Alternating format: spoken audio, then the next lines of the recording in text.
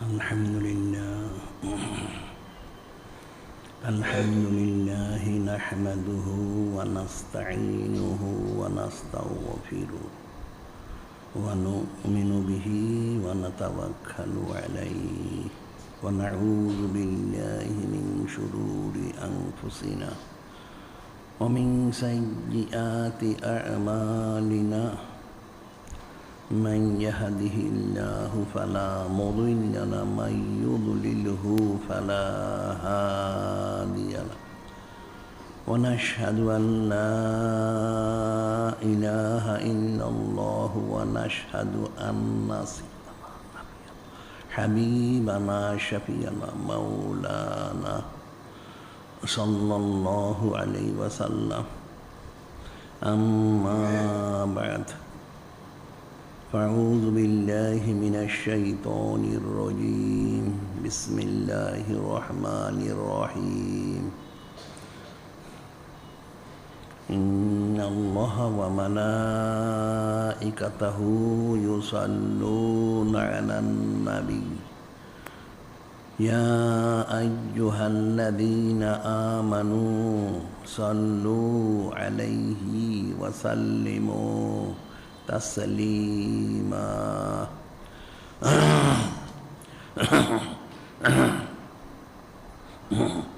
اللهم صل على سيدنا حبيبنا شفيعنا مولانا وسيلة إليك وآله وسلم اللهم صل على سيدنا حبيبنا شفيعنا مولانا معدن الجود والكرم وآله وسلم اللهم صل على سيدنا حبيبنا شفيعنا مولانا النبي الأمي وآله وسلم اللهم صل على سيدنا حبيبنا شفيعنا مولانا وسيلة إليك وآله وسلم اللهم صل على سيدنا حبيبنا شفيعنا مولانا معدن الجود والكرم وآله وسلم اللهم صل على سيدنا حبيبنا شفيعنا مولانا النبي الأمي وآله وسلم خطبة اليوم في فضائل ليلة مباركة يعني ليلة النصف من شعبان আজকের খুতবা সেই মহাসম্মানিত এবং মহাপবিত্র লাইলাতুম মুবারাকা বা লাইলাতুন নিসফিন শাবান অর্থাৎ শবে বরাত ওনার খুসুসিয়ত সম্পর্কে সুবহানাল্লাহি যিনি খালিক, যিনি মালিক, যিনি রব মহান আল্লাহ পাক তিনি ইরশাদ মুবারক করেন কুল বিফদলিল্লাহি ওয়া বিরহমাতিহি ফাবিযালিকা ফালিয়াফরাহু ওয়া খায়রুম মিম্মা ইয়াজমাউন। যিনি খালিক, যিনি মালিক, যিনি রব মহান আল্লাহ তিনি ওনার মহা সম্মানিত মহাপবিত্র হাবিব মাহবুব নূরে মুজাসসাম হাবিবুল্লাহ হুজুর পাক সাল্লাল্লাহু আলাইহি ওয়াসাল্লাম ওনাকে জানিয়ে দিচ্ছেন তিনি যেন সমস্ত কায়নাত বান্দা বান্দি উম্মত জিন ইনসান সবাইকে বলে দেন সকলে মহাসম্মানিত মহাপবিত্র ফজল মোবারক এবং মহাসম্মানিত এবং মহাপবিত্র রহমত মোবারক হিসেবে ওনাকে লাভ করতে পেরেছে। এই জন্য তাদের সকলের দায়িত্ব হলো, কর্তব্য হলো, ফরজ হলো ওনার সম্মানার্থে শুকুর গুজারির সাথে ফালিয়াফরাহু শরীফ খুশি মুবারক প্রকাশ করা সুবহানাল্লাহি রাসূলুল্লাহ সাল্লাল্লাহু আলাইহি ওয়াসাল্লাম। আর তাদের এই খুশি মুবারক প্রকাশ করা হচ্ছে তাদের সকলের জিন্দিগির সমস্ত ইবাদত বন্দিগি থেকেও সর্বশ্রেষ্ঠ এবং সর্বোত্তম ইবাদত সুবহানাল্লাহি অর্থাৎ সমস্ত কায়নাত একমাত্র যিনি সঈদুল মুরসালিন, যিনি ইমামুল মুরসালিন, যিনি খাতামুন নবীন, নূরে মুজাসসাম হাবিবুল্লাহ হুজুর পাক সাল্লাল্লাহু আলাইহি ওয়াসাল্লাম, ওনার সম্মানার্থেই সর্বপ্রকার নিয়ামত মুবারক পেয়েছে, পাচ্ছে এবং অনন্তকাল ধরে পেতেই থাকবে। সুবহানাল্লাহি আর আমরা সরাসরি নূরে মুজাসসাম হাবিবুল্লাহ সঈদুল মুরসালিন, ইমামুল মুরসালিন, খাতামুন নবীন হুজুর পাক সাল্লাল্লাহু আলাইহি ওয়াসাল্লাম ওনাকেই লাভ করতে পেরেছি। সুবহানাল্লাহি রাসূল সাল্লাল্লাহু আলাইহি ওয়াসাল্লাম এবং ওনারই মহাসম্মানিত মহাপবিত্র রহমত মুবারক ওনার সম্মানার্থে আমরা এখানে অনন্তকালব্যাপী মহাসম্মানিত মহাপবিত্র সঈদুল আয়াত শরীফ মাহফিল জারি করা এবং এখানে আন্তর্জাতিক পবিত্র সুন্নত মোবারক প্রচার কেন্দ্র করা এবং সংশ্লিষ্ট কিতাবাদি প্রকাশ করা ইত্যাদি ন্যাক আমলগুলি করারও সুযোগ লাভ করেছি। সুবহানাল্লাহি এবং ওনারই সেই মহাসম্মানিত মহাপবিত্র রহমত ওনার সম্মানার্থে আমরা এখানে সলাতুল জুমা নামাজ আদায় করা, আলোচনা করা এবং শোনা ইত্যাদি সুযোগও লাভ করেছি। সুবহানাল্লাহি রাসূল সাল্লাল্লাহু আলাইহি ওয়াসাল্লাম। এখন যিনি খালিক, যিনি মালিক, যিনি মহান আল্লাহ পাক, তিনি এই লাইলাতুম মুবারাকা এই শব্দমর হচ্ছেন যেটা কালামুল্লাহ শরীফ ওনার ভাষা, আর মহাসম্মানিত হাদিস হচ্ছেন লাইলাতুন নিসফি মিন শাবান, যেটা মশহুর শবে বরাত। সব অর্থ হলো রাত্রি, ফার্সি শব্দ, বরাত অর্থ হলো নাজাদ, মুক্তি, ভাগ্য। এটা বাংলা, আরবি, উর্দু, ফার্সি সমস্ত ভাষায় ব্যবহার করা হয়। সেই শবে বরাত ওনার খুসুসিয়ত সম্পর্কে এখন যিনি খালিক, যিনি মালিক, যিনি রহমান আল্লাহ, তিনি কালামুল্লাহ শরীফ, ওনার মধ্যে 114খানা সূরা শরীফ, তার মধ্যে একখানা সূরা শরীফ সূরা দোহান শরীফ ওনার মধ্যে এই সম্মানিত রাত্রি মোবারক সম্পর্কে নিজে ইরশাদ মোবারক করেছেন। তিনি ইরশাদ মোবারক করেন, হামিম ওয়াল কিতাবিল মুবিন ইন্না আনজালনাহু ফি লাইলাতিন মুবারাকাতিন ইন্না কুন্না মুনজিরিন ফিহা ইউফরাকু কুল্লু আমরিন হাকিম আমরাম মিন ইনদিনা ইন্না কুন্না মুরসিলিন রাহমাতাম মির রাব্বিকা ইন্নাহু হুয়াস সামিউল আলিম। এই মহাসম্মানিত সূরা শরীফ, সূরা দোহান শরীফ না প্রথম 6খানা আয়াত শরীফ। এই সূরা শরীফ নুজুলের দিক থেকে 64তম, নুজুলের দিক থেকে 64তম, আর কোরআন শরীফ ওনার তরতিব মোতাবেক 44তম। এই মহাসম্মানিত মহাপবিত্র সূরা শরীফের মধ্যে 3খানা রুকু শরীফ রয়েছেন, 59খানা আয়াত শরীফ। তার মধ্যে প্রথম এই 6খানা আয়াত শরীফের মধ্যে যিনি খালিক, যিনি মালিক, যিনি রহমান নিশ্চিত করেন হামিম, এটা হচ্ছে হুরুফে মুকাত্তাত। ওয়াল কিতাবিল মুবিন, যিনি খালিক, যিনি মালিক, যিনি রহমান, তিনি নিজে কসম করতেন, কসম সেই প্রকাশ্য কিতাবের। ওয়াল কিতাবিল মুবিন ইন্না আনজালনাহু ফি লাইলাতিন মুবারাকা, নিশ্চয় আমি নাজিল করেছি বরকতময় রাত্রি মুবারকে, অর্থাৎ নাজিল করার সিদ্ধান্ত নিয়েছে সেই বরকতময় রাত্রিতে। ইন্না কুন্না মুনজিরিন, এবং নিশ্চয় আমি সতর্ককারী, ভয় প্রদর্শনকারী।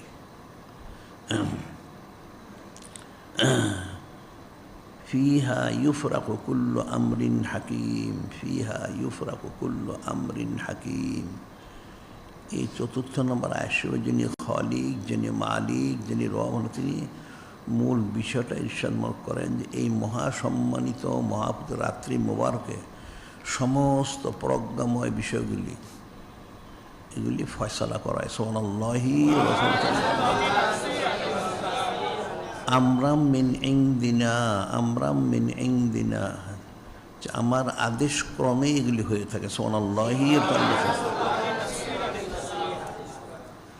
ইন্না কুন্না মুরসিলিন এবং নিশ্চয় আমি এই মহাসম্মানিত রাত্রির মধ্যে যত রহমত বরকত যা কিছু রয়েছেন সেটা আমি নিজেই সেটা পাঠিয়ে থাকি সুবহানাল্লাহ সাল্লাল্লাহু আলাইহি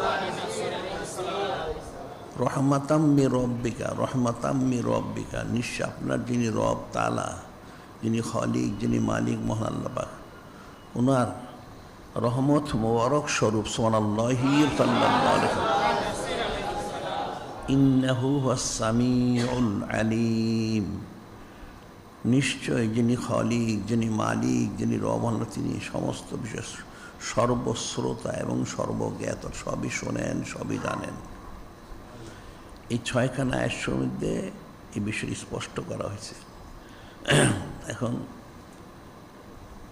মূল যে বিষয়টা সেটা হলো, এটা আমাদের দেশে হোক বিদেশে হোক সব জায়গায় কিছু লোক আছে যারা বাতিল 72 ফেরকার লোক যারা, এরা বলে থাকে শবে বরাত কোরআন শরীফ, সুন্নাহ শরীফ অর্থাৎ হাদিস শরীফ ওনাদের মধ্যে কোথাও নেই। নাউজুবিল্লাহ।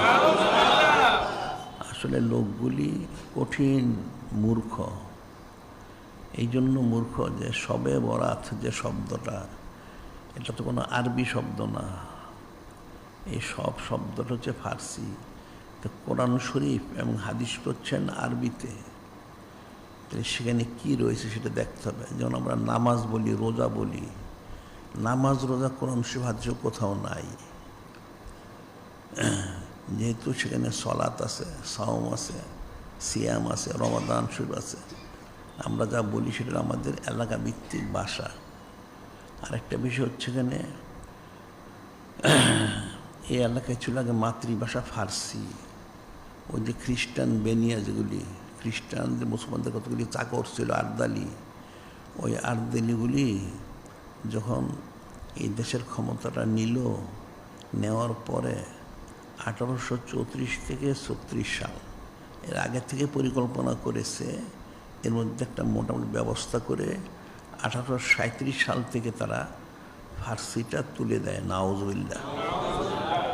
এরা তখন এই দেশের মূল ভাষা হিসেবে ইংরেজিটাকে ব্যবহার করে, তখন তারা ফার্সি তুলে দেয়। তার কারণে কিছু শব্দ তারা তুলে দিচ্ছে, কিছু শব্দ রয়েও গেছে। শবে বরাত, শবে কদর, শবে মেরাজ ইত্যাদি শব্দ মরকগুলি সব শব্দ হচ্ছে না ফার্সি রাত্রি। মেরাজ আরবি শব্দ, কদর আরবি শব্দ, বারাত মূল হচ্ছে আরবি, পরে বাংলা অন্য ভাষায় আছে। যেমন আরেকটা বিষয় হচ্ছে, যেমন খোদা বলে মানুষ সবাই, কিতাবে লেখে খোদা তাআলা, খোদা পাক। মানে খোদা শব্দ যেটা, এই খোদা শব্দ কিন্তু কোরআন শরীফ, সুন্নাহ শরীফ, হাদিস কোথাও নাই। এটা একটা ফার্সি শব্দ যার অর্থ হচ্ছেন খোদা, যিনি আপসে এসেছেন, যেটা সূরা ইখলাস শরীফে লাম ইয়ালিদ ওয়া লাম ইউলাদ, যে ওনার থেকে কেউ নয়, উনি কার থেকে নন, সে হচ্ছে খোদা। তো যেই শব্দগুলি কোরআন শরীফ, সুন্নাহ শরীফ ওনাদের আলোকে শরীয়তের খেলাফ হয় না, সেই শব্দগুলি ব্যবহার করা জায়েজ। আর যেই শব্দগুলি কোরআন শরীফ, সুন্নাহ শরীফ ওনার খেলাফ হয়, সেগুলি ব্যবহার করা জায়েজ নেই। যেন খোদা তাআলা, তাআলা শব্দটা আরবি, কিন্তু খোদা পাক, এই পাক শব্দটা কিন্তু আরবি না, এটা ফার্সি। তো অনেক শব্দ এরকম রয়ে গেছে যে কোরআন শরীফ, হাদিস শরীফ মধ্যে সরাসরি নেই, কিন্তু সেটা মশহুর। আমাদের এলাকায় শবে বরাত মশহুর। এখন যারা বাতিল ফেরকার লোকেরা মানুষকে এই রহমত থেকে বঞ্চিত করার জন্য তারা এই সমস্ত এলেমন বক্তব্য দিয়ে থাকে। নাউজুবিল্লাহ। এখন বিশেষ করে যেমন এই খ্রিস্টান আর্দালিগুলি চলে গেলো এই দেশ থেকে 1947 সালে, যেটা বলা যায় পাকিস্তান হলো। তা পাকিস্তান হলো তখন ভাষা নিয়ে অনেক আন্দোলন হয়েছে। উচিত ছিল একটা মুসলমান দেশের মূল ভাষা আরবি করা, কিন্তু তারা এটা করতে পারেনি। এটা তারা মারামারি কাটাকাটি করে বিচ্ছিন্ন হয়ে গেছে, কিন্তু সেই ইংরেজি ভাষাটাই রয়ে গেছে। নাউযুবিল্লাহ। যে হাদিস হচ্ছে আনহু ইবনে আব্বাসিন রাদিয়াল্লাহু তাআলা আনহু ক্বালা ক্বালা রাসূলুল্লাহ সাল্লাল্লাহু আলাইহি সাল্লাম আহিব্বুল আরাবা লিসালাসিন আহিব্বুল আরাবা লিসালাসিন লিআন্নী আরাবিয়ুন ওয়াল কুরআনু আরাবিয়ুন কালামু আহলিল জান্নাহ আরাবিয়ুন। হাদিস শরীফ হযরত ইবনে আব্বাস রাদিয়াল্লাহু তাআলা তিনি বর্ণনা করেন, নূরে মুজাসসাম হাবিবুল্লাহ হুজুর পাক সাল্লাল্লাহু আলাইহি ওয়াসাল্লাম তিনি ইরশাদ মোবারক করেন, তোমরা আরবি ভাষাকে মহব্বত করো। 3 কারণে মহব্বত করবে। আরবি ভাষাকে 3 কারণে মহব্বত করবে। কি 3 কারণ? প্রথম কারণ হচ্ছে লিআন্নী আরাবিয়ুন, যে আমি অর্থাৎ যিনি নূরে মুজাসসাম হাবিবুল্লাহ সঈদুল মুরসালিন ইমামুল মুরসালিন খাতামুন নবীন হুজুর পাক সাল্লাল্লাহু আলাইহি ওয়াসাল্লাম তিনি ইরশাদ, আমি স্বয়ং নিজে আরবি, আমার ভাষা হচ্ছেন আরবি, কাজে এই জন্য আরবিকে মহব্বত করো। সুবহানাল্লাহি ওয়াল কোরআনু আরাবিয়ুন, এবং মহাসম্মানিত কোরআন শরীফ আরবিতে।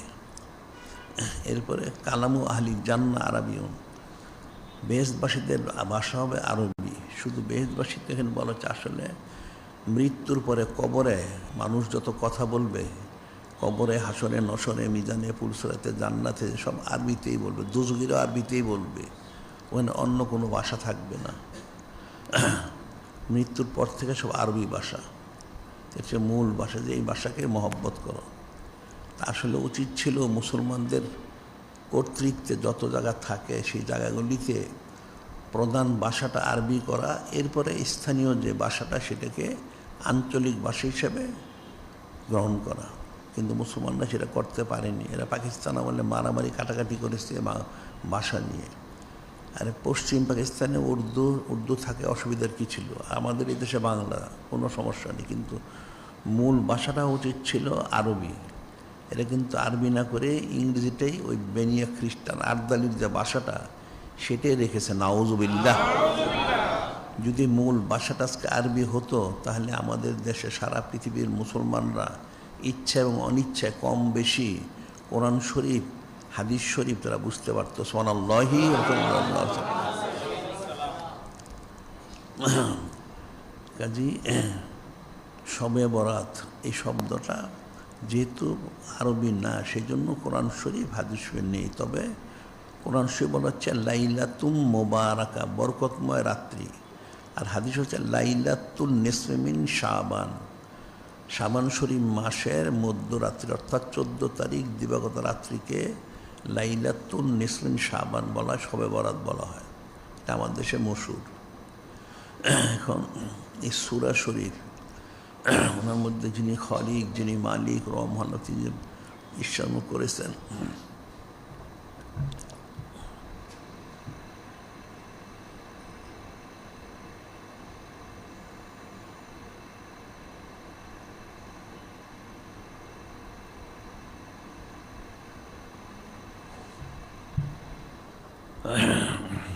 প্রথমে যে হুরুফে মুকাত্তাত হামিম, এটা কোরআন শরীফ ওনার 114খানা সূরা শরীফের মধ্যে 29খানা সূরা শরীফের শুরুতে, 29খানা সূরা শরীফের শুরুতে এই হুরুফে মুকাত্তাত রয়েছে। যেমন সূরা আলিফ, লাম, মিম, র, তাহা, ইয়াসিন, নুন ইত্যাদি অনেক এই অক্ষর মর্কে রয়েছেন 29খানা সূরা শরীফের শুরুতে। এখন এর অর্থটা কি? এর অর্থ জিজ্ঞাসা করা ছিল হযরত সাইয়্যিদুনা ফারুকে আজম আলাইহিস সালাম, ওনাকে। তিনি বলেছিলেন আবহিমু মা আবহামাহুল্লাহ তাআলা, আবহিমু মা আবহামাহুল্লাহ তাআলা, চুপিয়ে রাখো আল্লাহ পাক যেটা চুপিয়ে রেখেছেন। এই অক্ষর মোহরগুলির অর্থ যিনি খলিক, যিনি মালিক, যিনি রব মহান আল্লাহ, তিনি ওনার হাবিব মাহবুব নূরে মুজাসসাম হাবিবুল্লাহ হুজুর পাক সাল্লাল্লাহু আলাইহি ওয়াসাল্লাম ওনারা জানেন। এরপর ওনারা যাকে জানান তিনি জানেন। তবে যদি কেউ জানে তার জন্য প্রকাশ করা জায়েজ নেই। সেটি তিনি বললেন আবহিমু মা আবহামুল্লাহ তাআলা, চুপিয়ে রাখো যেটা যিনি খলিক, যিনি মালিক মহান তিনি চুপিয়ে রেখেছেন। এটা হুরুফে মুকাত্তাত। আর সৈয়দনা ফারুক আজম আলাইহিস সালাম ওনার শান মর্যাদা রয়ে গেছে। ওনার সম্পর্কে বলা হয়েছে ইলিমের 10 ভাগের 9 ভাগ তিনি হাসিল করেছিলেন সুবহানাল্লাহ সাল্লাল্লাহু আলাইহি ওয়াসাল্লাম। এটা শুধু জাহির ইলিম না, হাকিকি ইলিম। সেজন্য ওনাকে জিজ্ঞাসা করা ছিল, তিনি সেটি জবাব দিয়েছিলেন। এটা হচ্ছে ওয়াল কিতাবিল মুবিন, ওয়াল কিতাবিল মুবিন, কসম প্রকাশ্য কিতাব, কিতাব মুবিন প্রকাশ্য, প্রকাশ্য কিতাবের কসম যিনি খলিক, যিনি মালিক বলছেন। এখন কিতাব, কিতাব কতগুলি নাজিল করা হয়েছে? কিতাব কালামুল্লাহ শরীফ তো মূল, এছাড়া 3খানা কিতাব, তাওরাত শরীফ, জাবুর শরীফ, ইঞ্জিল শরীফ। তাওরাত শরীফ হজরত যিনি কালিমুল্লাহ আলাইহিস সালাম, অর্থাৎ হজরত যিনি সাইয়েদনা মূসা কালিমুল্লাহ আলাইহিস সালাম ওনার প্রতি। জাবুর শরীফ এটা হচ্ছে যিনি খলিফাতুল্লাহ, হজরত সাইয়েদনা দাউদ খলিফাতুল্লাহ আলাইহিস সালাম ওনার প্রতি। আর ইঞ্জিল শরীফ যিনি হজরত রুহুল্লাহ আলাইহিস সালাম, যিনি হজরত সাইয়েদনা ঈসা রুহুল্লাহ আলাইহিস সালাম ওনার প্রতি সাল্লাল্লাহু আলাইহি ওয়াসাল্লাম। আর সহিফ হচ্ছেন 100খানা। সহিফা বলা যেটা সেটা রেসালা, যেটা আমরা বলি ছোট কিতাব রেসালা শরীফ বলি, সহিফাগুলি ঠিক তদ্রূপ। এখন এই সহিফা শরীফগুলি 100খানা নাজিল হয়েছেন। প্রথম 10খানা যিনি হজরত আবুল বাশার সফিউল্লাহ আলাইহিস সালাম ওনার প্রতি 10খানা, ওনার আওলাদ হজরত সাইয়েদনা শীশ আলাইহিস সালাম ওনার প্রতি 50খানা। এরপর সাইয়েদনা ইদ্রিস আলাইহিস সালাম ওনার প্রতি 30খানা। আর সর্বশেষ যিনি খলিলুল্লাহ আলাইহিস সালাম হজরত সাইয়েদনা হজরত ইব্রাহিম খলিলুল্লাহ আলাইহিস সালামের প্রতি 10খানা, মোট 100খানা। এই সহিফা মুবারক 4জন রসূল নাজিল হয়েছে। এখানে আবার আরেকটা বিষয় আছে যে রসূল কারা এবং নবী কারা, এর পার্থক্যটা কি? কিছু লোক তারা বলে থাকে যে কিতাব এবং সহিফা মুবারক যে সমস্ত হজরত নবী আলাইহিস সালাম ওদেরকে নাজিল করা হয়েছে ওনারা হচ্ছেন রসূল। আসলে সংজ্ঞাটা সঠিক না, কারণ রসূল হচ্ছেন যেটা মশহুর 313 জন থেকে 315 জন, কিন্তু কিতাব তো 8 জনের উপর নাজিল করা হয়েছে। তাহলে বাকি দেখি আসলে রসূল হওয়ার জন্য যে শর্ত সেটা হলো যে সমস্ত হজরত নবী আলাইহিস সালামের কাছে সরাসরি হজরত জিবরিল আলাইহিস সালাম তিনি এসেছেন, উনি হচ্ছেন রসূল, ওনাদের অন্তর্ভুক্ত সাল্লাল্লাহু আলাইহি ওয়াসাল্লাম। সেই হিসাবে 100খানা সহিফা 4জন হযরত রাসূল আলাইহিমুস সালাম ওদের প্রতি, আর কালামুল্লাহ শরীফ তাআলা ছাড়া 3খানা কিতাব শরীফ 3জন সাইয়েদনা রাসূল আলাইহিমুস সালাম ওনাদের প্রতি নাজিল করা হয়েছে। এছাড়া যারা ওনাদের কাছে সরাসরি হযরত জিবরিল আলাইহিস সালাম আসার কারণে ওনারাও এই রসুল আলাইহিস সালাম ওনাদের অন্তর্ভুক্ত সুবহানাল্লাহ সাল্লাল্লাহু আলাইহি ওয়াসাল্লাম। এটা হচ্ছে আকায়েদের বিষয় যে নবীর কতজন, রসুল কতজন, সেটা হচ্ছে হযরত নবী আলাইহিস হচ্ছেন 1,24,000 অথবা 2,24,000 ওনারা। এটা হাদিস এইভাবেই বর্ণিত আছেন। আর ঠিক রসুল আলাইহিস সম্পর্কে যেটা বর্ণিত আছেন সেটা হলো 313 জন থেকে 315 জন রসুল আলাইহিমুস সালাম সুবহানাল্লাহ সাল্লাল্লাহু আলাইহি ওয়াসাল্লাম। এখন কিতাব নাজিল করা হয়েছে তা কোরআন শরীফ ওমা আরসালনা বির রাসূলিন ইল্লা বিলিসানি কওমিহি, ওমা আরসালনা বির রাসূলিন, আল্লাহ নিজে বলছেন আমি প্রত্যেক রসুল আলাইহিস সালাম যারা মির রাসূলিন ইল্লা বিলিসানি কওমি, আমি ওনাদেরকে ওনাদের কাওমের যে ভাষা সেই ভাষায় কিতাবগুলি নাজিল হচ্ছে। আসলে যিনি খলিক, যিনি মালিক, রহমান, ওনার কাছে সবই আরবি ভাষায়, লৌহে মাহফুজের মধ্যে সমস্ত কিতাবগুলি আরবি ভাষাতেই রয়েছেন। তবে পরবর্তী সময় যেই কাওমের কাছে নাজিল করা হয়েছে তখন সেই কাওমের যে ভাষা, সেই কাওমের ভাষা আল্লাহ পাক এটা অনুবাদ করে পরিবর্তন করে সে ভাষাতে সে কিতাবগুলি নাজিল করেছেন। সুবহানাল্লাহ, সাল্লাল্লাহু আলাইহি ওয়াসাল্লাম। ওমা আরসালনা মির রাসূলিন ইল্লা বিলিসানি কওমিহি, প্রত্যেক কাওমের ভাষাতেই কিতাবটা নাজিল করা হয়েছে। এবং কেন কিতাবগুলি নাজিল করা হলো? কিতাবুন আনজালনাহু ইলাইকা লিতুখরিজান নাসা মিনাজ যুলুমাতি ইলান নূর, যিনি খলিক, যিনি মালিক, যিনি রব আল্লাহ, তিনি সব করেন। আমি কিতাবগুলি নাজিল করেছি মানুষকে মিনাজ যুলুমাতি ইলান নূর, সাধারণ অর্থ করা হয় গুমরাহি থেকে হেদায়েতের দিকে নেওয়ার জন্য। আসল হচ্ছে গায়রুল্লাহ থেকে নূরে মুজাসসাম হাবিবুল্লাহ হুজুর পাক সাল্লাল্লাহু আলাইহি ওয়াসাল্লামের দিকে রুজু করার জন্য। সুবহানাল্লাহ, সাল্লাল্লাহু আলাইহি ওয়াসাল্লাম। এখন কিতাবগুলি নাজিল করা হয়েছে।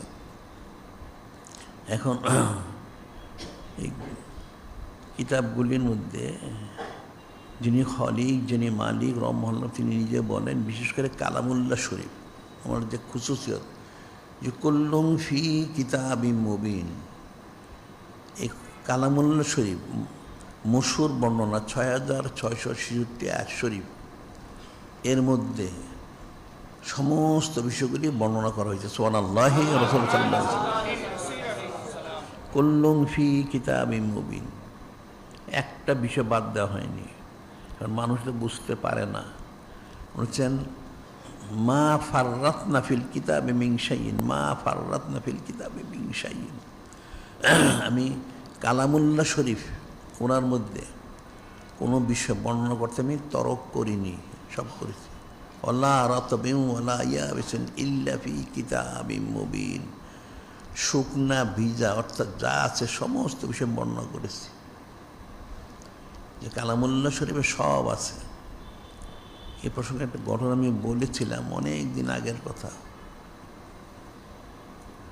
কমপক্ষে 40-45 বছর আগের ঘটনা হইতে পারে। একটা লোক অনেক বড়, সে মুফাসসিরে কোরআন, সে অনেক তাফসীর করছে। তার সাথে আমার কিছু কথা হচ্ছিল, সে অনেক তাফসীরের নাম বললো যে অনেক তাফসীর করছে, খুব ভালো। তাই আমি তাকে বললাম যে খুব ভালো, তাহলে তো আপনি যখন অনেক তাফসীর করেছেন অনেকবার, তাহলে আপনার তো অনেক ইলম অর্জন হয়েছে। এটা বলে বললাম যে কোরআন শরীফ তো আছে কুল্লুম ফি কিতাবিম মুবিন, সমস্ত কিছু কোরআন শরীফ। তাহলে যারা কোরআন শরীফটা ভালো করে পড়ে এবং বুঝে, তাহলে তাদের তো সর্ববিষয়ে তাদের ইলিম থাকার কথা। লোকটা আমার এই কথাটা শুনে আমাকে একটু চুপ হয়ে বলল, যেটা আপনি কি বললেন? আমি কেন? এটা তো কোরআন শরীফ, ওনার আয়াত শরীফ, কুল্লুম ফি কিতাবিম মুবিন। স্বয়ং যিনি খলিক, যিনি মালিক, যিনি রহমান, তিনি নিজেই ইরশাদ বহন করেছেন যে সমস্ত বিষয় এই সম্মানিত কিতাব কোরআন শরীফ কালামুল্লাহ শরীফের মধ্যে রয়েছে। তো লোকটা আমাকে বলল সব কি রয়ে গেছে? আমি হ্যাঁ আছেন সব। সে বলতে আমি অনেকবার পড়ছি কোরআন শরীফ, কিন্তু আমি তো যেমন বিমানে চড়া, রেলগাড়িতে চড়া, বা যে গাড়ি ঘোড়াতে গাড়িতে চড়া ইত্যাদি ইত্যাদি, এটা তো আমি কোরআন শরীফ কোথাও পাইনি।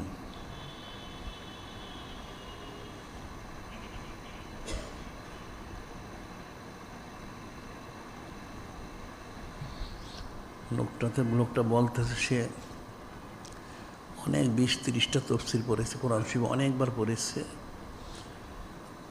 যে আপনার আমাকে বলতেছে সে যে আপনি যে বললেন সব কোরআন শরীফ আছে, ঠিক আছে, তাহলে যে বিমানে চড়া, রেলগাড়িতে চড়া, এই যে মানুষ যে গাড়িতে চড়ে, এটা তো আমি কোনো কোথাও পাইনি, এটা কি আছে কোরআন শরীফে? আমি তার কথা শুনে বললাম হ্যাঁ এটা কোরআন শরীফে আছে। আমি যখন আছে বললাম, লোকটি একটু আশ্চর্য হইল, আশ্চর্য বলল যে আপনি কি বলেন, আমি এতবার বললাম আমি কোথাও আমি পেলাম না, আর আপনি বললেন আছে, কোথায় আছে? আমি তাকে বললাম যে আচ্ছা ঠিক আছে, আপনি তো পড়েছেন কোরআন শরীফ, তাহলে এই যে বিমানে চড়া, রেলে চড়া, গাড়িতে চড়া, এটিকে কোনো কোথাও নিষেধ করা হয়েছে? এই কথা জিজ্ঞাসা করলাম, সে চুপ হয়ে গেল, বলল না তো, নিষেধ তো করা হয় নাই। তাই আমি তাকে বললাম যে নিষেধ না করা হয় তাইলেই তো আছে সুবহানাল্লাহ যে কোরআন শরীফের কতগুলি সরাসরি আদেশ মোবারক করা হয়েছে না, কতগুলি নিষেধ মোবারক করা হয়েছে না, বাকিগুলো হচ্ছে মোবা। এখন বিমানে চড়া, রেলগাড়িতে চড়া, গাড়িতে চড়া, এটা হচ্ছে নিয়ত অনুযায়ী। এখন তার কথা ছিল ঘোড়া ছিল, উট ছিল, গাদা ছিল, খচ্চর ছিল, এখন সেটার পরিবর্তে এগুলি হয়েছে। এখন এটা বাহনে চড়া সুন্নত মোবারক, এটা ঠিকই আছে, তবে হয়তো বিষয়টা পরিবর্তন হয়ে গেছে। এখন তাহলে এটা চড়ার মোবাহ, অর্থাৎ সুন্নত মোবারক তো অবশ্যই, তার মধ্যে এটা নিয়ত অনুযায়ী ফয়সালা। একটা লোক যদি বিমানে করে ন্যাক কাজ করতে যায়, রেলগাড়ি করে ন্যাক কাজ করতে যায়, বা গাড়িতে চড়ে, তাহলে সে এনে ফজিলত পাবে, সওয়াব পাবে, নেকি পাবে সুবহানাল্লাহ সাল্লাল্লাহু আলাইহি ওয়াসাল্লাম। আর যদি এগুলি করে সে কোনো গুনাহ খাতা করতে যায়, তাহলে তার গুনাহ খাতা হবে, নাউজুবিল্লাহ। এখন আমার বলার বিষয় হচ্ছে আসলে এই যে কোরআন শরীফ সব আছে আসলে, কিন্তু মানুষের আকল বুদ্ধির ত্রুটি, সে অনেক তফসির পড়ছে, 10-20-30টা তফসির পড়ছে, অনেকবার কোরআন শরীফ খতম করেছে, কিন্তু কোথাও সে পায় না। আসলে তার সেই সমস্যাই নাই। এই জন্যই মানুষ কোরআন শরীফের অপব্যাখ্যা করে, যে কোরআন শরীফে আল্লাহ পাক তো নিজেই বলে দিয়েছেন, হুয়াল্লাযী আনজালা আলাইকাল কিতাবা মিনহু আয়াতুম মুহকামাতুন হুন্না উম্মুল কিতাব উখারু মুতাশাবিহাতুন। আল্লাহ পাক কোরআন শরীফে ইরশাদ মোবারক করেন, সেই মহান আল্লাহ পাক তিনি আপনার প্রতি কিতাব মোবারক নাজিল করেছেন, তার মধ্যে একটা হচ্ছে আয়াতে মুহকামাত, অর্থাৎ ওযু, গোসল, নামাজ, রোজা, হজ, যাকাত সরাসরি আদেশ নির্দেশ মোবারক, এটা হচ্ছে মূল কিতাবের, হুন্না উম্মুল উখারু মুতাশাবিহাতুন। আরেকটা হচ্ছে আয়াতে মুতাশাবিহাত, অর্থাৎ সেটা হচ্ছে দুই প্রকার, একটা যেমন হুরুফে মুকাত্তাত, আরেকটা হচ্ছে রূপক, ব্যাখ্যা সাপেক্ষ।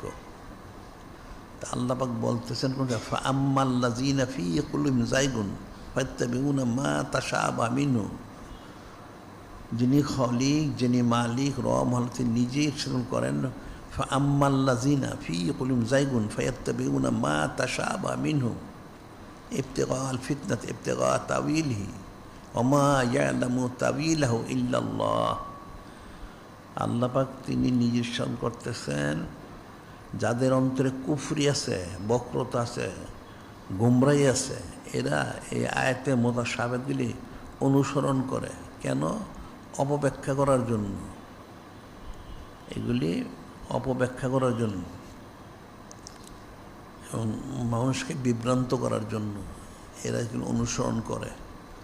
কিন্তু এই আয়াত শরীফগুলি হাকিকি ব্যাখ্যা একমাত্র যিনি খলিক, যিনি মালিক, রহমান, তিনি ছাড়া কেউ জানেন না সুবহানাল্লাহ সাল্লাল্লাহু আলাইহি ওয়াসাল্লাম।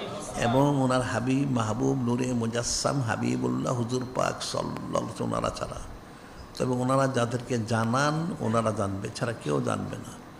আর-রাসিখুনা ফিল ইলম ইয়াকুলুনা আমান্না বিহি কুল্লু মিন ইনদি রাব্বিনা।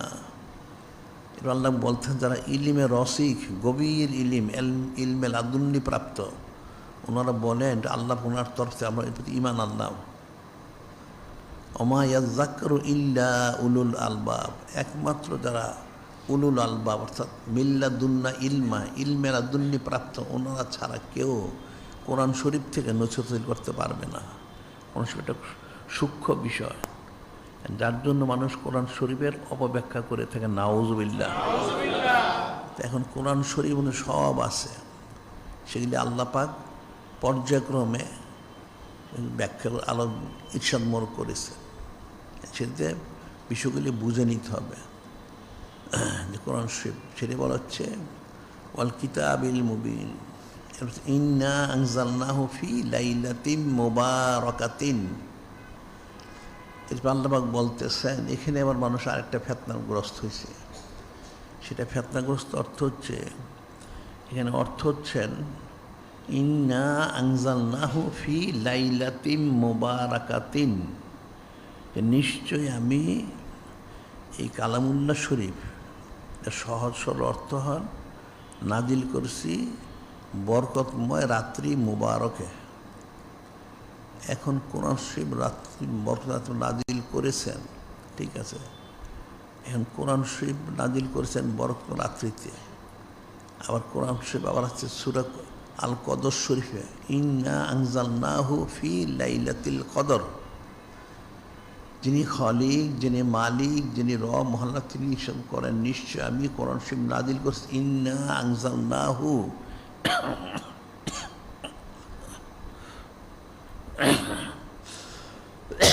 ফি লাইলাতিল কদর, এই সম্মানিত রাত্রি কদর রাত্রি মুবারক আমি নাজিল করেছি। আচ্ছা, আবার ইরশাদ করেছেন সূরা বাকারা শরীফে, শাহরু রমাদান আল্লাযী উনজিলা ফীহিল কুরআন, শাহরু রমাদান আল্লাযী উনজিলা ফীহিল কুরআন। সূরা বাকারা শরীফ বলতেছেন আমি কোরআন শরীফ নাজিল করছি রমজান শরীফে। তাহলে এখন কোনটা সঠিক, কোনটা কি, এই ব্যাখ্যাগুলি মানুষ বুঝতে না পারার কারণ বলে থাকে আসলে ওই লাইলাতুল মুবারক হচ্ছে শবে কদর। নাউজুবিল্লাহ। এরা কিন্তু ব্যাখ্যাটা বুঝে নাই। আসল বিষয় হচ্ছে এখানে ইন্না আনজালনাহু ফি লাইলাতিল কদর, কদরের রাত্রি মুবারক, আর শাহরু রমাদান আল্লাযী উনজিলা ফীহিল কুরআন, এটা একই জিনিস। কারণ রমজান শরীফের মধ্যেই এই লাইলাতুল কদর মুবারক, দুটো একই জিনিস। আচ্ছা, তাই লাইলাতুল মুবারাকাটা কি? এখানে যেটা বলা হচ্ছে সেটা হলো লাইলাতুল মুবারাকা। এখানে বলা হচ্ছে ইন্না আনজালনাহু, আমি নাজিল করছি। এখানে আরবিতে দুইটা শব্দ, একটা হলো আনজালা, একটা নাজ্জালা। আনজালা নাজ্জালা, যেমন আল্লাহ ইন্না নাহনু নাজ্জালনা যিকরা ওয়া ইন্না লাহু লাহাফিজুন, নিশ্চয় আমি এই কোরআন শরীফ নাজিল করছি, নিশ্চয় আমি হেফাজত করব। এখন তাহলে আনজালা এবং নাজ্জালার পার্থক্যটা এটাই মানুষ বুঝতে না পারার কারণে ফিতনাগ্রস্ত হয়েছে। আনজালা শব্দের অর্থ হচ্ছে একসাথে নাজিল করা, আর নাজ্জালা শব্দের অর্থ হচ্ছে পর্যায়ক্রমে। কোরআন শরীফ কিন্তু একসাথে নাজিল হয় না, 23 বৎসর নাজিল হয় জমিনে। তবে একসাথে কোথায় নাজিল হইল? এটা হলো লাইলাতুল মুবারক, অর্থাৎ এই বরকতময় রাত্রি শবে বরাতে। আল্লাহ পাক এই জন্য বলা হয় শবে বরাত এবং শবে কদরের পার্থক্যটা কি? শবে বরাত হচ্ছে বলা হয় লাইলাতুল তাজউইজ, লাইলাতুল ফায়সালা, লাইলাতুল বরাত। অর্থাৎ শবে বরাত হচ্ছে ফয়সালা করা রাত্রি, সিদ্ধান্ত নেওয়া রাত্রি। আর লাইলাতুল কদর হচ্ছে লাইলাতুল তানফিস, লাইলাতুল জারি। শবে কদর হচ্ছে জারি করা রাত্রি। অর্থাৎ এই বৎসর এই শবে বরাতে যা কিছু সিদ্ধান্ত নেওয়া হবে, যা ফয়সালা করা হবে, সেটা সামনে শবে কদর থেকে এটা জারি হবে। আর গত বৎসর শবে বরাতে যেটা ফয়সালা হয়েছে সেটা গত বৎসর শবে কদর থেকে জারি হয়ে এটা এখনও জারি আছে, এই শবে কদর পর্যন্ত এটা চলবে। শবে কদর থেকে আবার এই বৎসর যেটা জারি হবে, যেটা ফয়সালা হবে সেটা জারি হবে। সুবহানাল্লাহি, সেটা হলো ওই লাইলাতুল মুবারাকা। এখন একসাথে নাজিল হলো কোথায়? এটা হলো কালামুল্লাহ শরীফ, সমস্ত আসমানি কিতাবে লৌহ মাহফুজে আছেন। বাল হুয়া কুরআনুম মাজিদ ফি লাওহিম মাহফুজ। যিনি খলিক, যিনি মালিক, যিনি রহমান, তিনি শেষ করেন যে কালামুল্লাহ শরীফ লৌহ মাহফুজে রয়েছেন। এটা বলা হয় যে পৃথিবীর আকাশ, সামায়ের দুনিয়া, এখানে একটা হুজরা শরীফ আছেন, বাইতুল ইজ্জত, এটা নাম মোবারক। সামায়ের দুনিয়া, পৃথিবীর যে আকাশটা, এই আকাশে মধ্যে একখানা হুজরা শরীফ আছেন, নাম হচ্ছেন বাইতুল ইজ্জত। এই বাইতুল ইজ্জত শরীফের মধ্যে আল্লাহ পাক শবে বরাতের দিন সিদ্ধান্ত নিয়েছেন যে একসাথে নাজিল করবেন। সেটা নাজিল হয়েছেন শবে কদরে রমজান শরীফের মধ্যে, একসাথে লৌহ মাহফুজ থেকে বাইতুল ইজ্জত শরীফে নাজিল করে দিয়েছেন সুবহানাল্লাহ সাল্লাল্লাহু আলাইহি ওয়াসাল্লাম।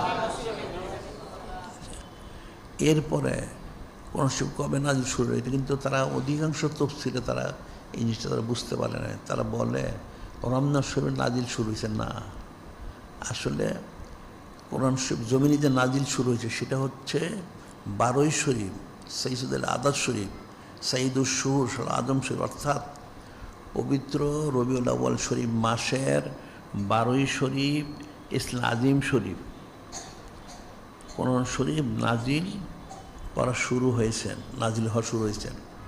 এটা হলো এই পবিত্র রবিউল আউয়াল শরীফ মাসের 12ই শরীফ, এবং সেই দিন হচ্ছে ইসলাম আজিম শরীফ নাজিলও শুরু হয়েছেন। এরপর ধারাবাহিক 23 বৎসরে এটা নাজিল আল্লাহ পাক সমাপ্ত করেছেন।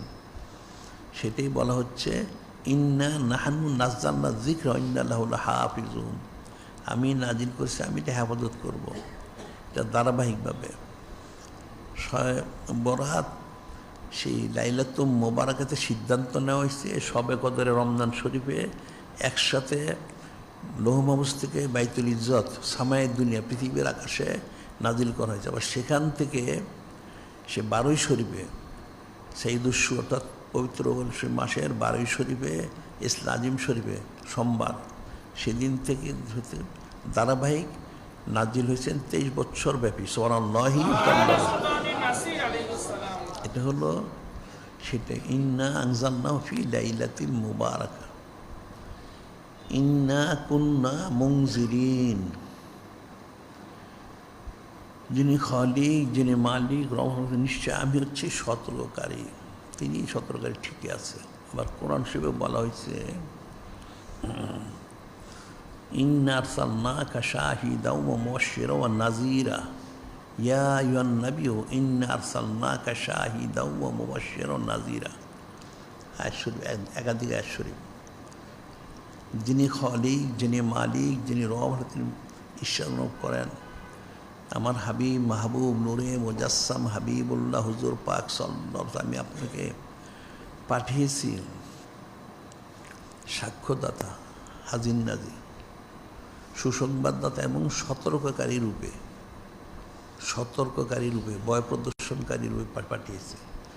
যিনি খালিক, যিনি মালিক, তিনি যেমন সতর্ককারী, ঠিক একইভাবে নূরে মুজাসসাম হাবিবুল্লাহ হুজুর পাক সাল্লাল্লাহু আলাইহি ওয়াসাল্লাম, তিনিও সতর্ককারী সুবহানাল্লাহি। এখন তিনি সতর্ক করেছেন, সব বলেছেন। কতটুকু বলেছেন?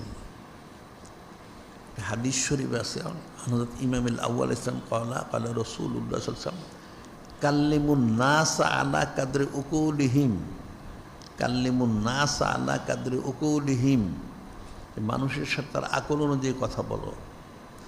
এখন যিনি খালিক, যিনি মালিক, রব মুহাল্লা পাক, যিনি নূরে মুজাসসাম হাবিবুল্লাহ হুজুর পাক সাল্লাল্লাহু আলাইহি ওয়াসাল্লাম মানুষের আকল অনুযায়ী সব বলে দিয়েছেন, সব বলে দিয়েছেন। এখন মানুষের সেখানে ফিকির করতে হবে, কারণ আল্লাহ অমা উতীতুম মিনাল ইলমি ইল্লা কলিলা, মানুষকে অল্প ইলম ব্যতীত দেওয়া হয়নি। এই জন্য কিন্তু বলে তোমরা দোয়া করো রব্বি জিদনি ইলমা, রব্বি জিদনি ইলমা, যে বাড়েন আমাদের ইলিম বৃদ্ধি করে দিন।